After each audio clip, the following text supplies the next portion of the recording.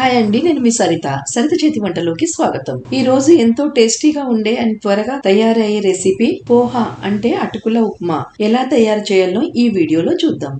నేను ఇక్కడ ఈ కప్పుతో 2.5 కప్పులు మందపాటి అటుకులు తీసుకున్నాను. అటుకులను వాటర్ తో ఈ విధంగా కడిగి పెట్టుకుందాం. నేను వీటిని ఒక స్ట్రైనర్ లో కడుగుతున్నాను. ఇలా చేస్తే అటుకులలో మిగిలిన వాటర్ పూర్తిగా వెళ్లిపోతాయి. అటుకులు వాష్ చేసిన తర్వాత వాటర్ ని పూర్తిగా తీసేయండి, లేకపోతే అవి మెత్తబడిపోతాయి. ఇప్పుడు స్టవ్ ఆన్ చేసి ఒక కడాయి పెట్టుకుందాం. కడాయి వేడవగానే ఇందులో 2 టేబుల్ స్పూన్ ఆయిల్ యాడ్ చేసుకుందాం. ఆయిల్ వేడయ్యాక 3 టేబుల్ స్పూన్ల పల్లీలు వేసి బాగా వేయించుకుందాం.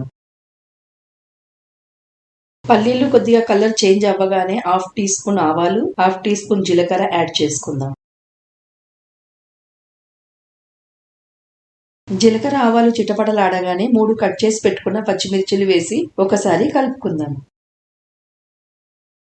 ఇప్పుడు ఇందులో 1 కట్ చేసి పెట్టుకున్న క్యారెట్, కొద్దిగా కట్ చేసి పెట్టుకున్న కరివేపాకు, 1 సన్నగా కట్ చేసిన ఉల్లిపాయ వేసి బాగా మిక్స్ చేసుకుని 2 నిమిషాల పాటు లో ఫ్లేమ్ మీద ఉడికించుకుందాం.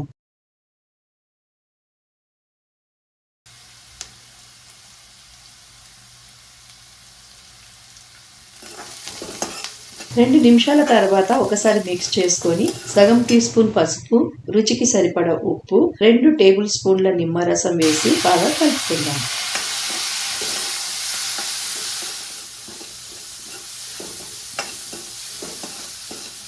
ఇవి బాగా కలిసాక కడిగి పెట్టుకున్న అటుకులు వేసి వీటన్నిటితో బాగా కలిసేలా కలుపుకుందాం. ఇప్పటి వరకు మీరు నా ఛానల్ ని సబ్స్క్రైబ్ చేయనట్లయితే ప్లీజ్ నా ఛానల్ ని సబ్స్క్రైబ్ చేసుకోండి అండ్ న్యూ రెసిపీ అప్డేట్స్ కోసం పక్కనే ఉన్న బెల్ ఐకాన్ ని క్లిక్ చేయండి. ఇప్పుడు దీంట్లో 1 టీ స్పూన్ చక్కెర వేసి మిక్స్ చేసుకుందాం.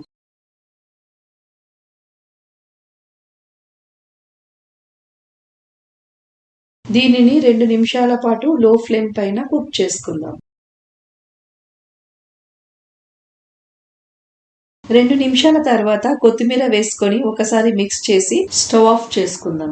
అంతేనండి, ఎంతో సింపుల్ గా అండ్ త్వరగా అయ్యే బ్రేక్ఫాస్ట్ రెసిపీ పోహా రెడీ అయిపోయింది. ఇప్పుడు మన హెల్దీ పోహేని సర్వ్ చేసుకుందాం.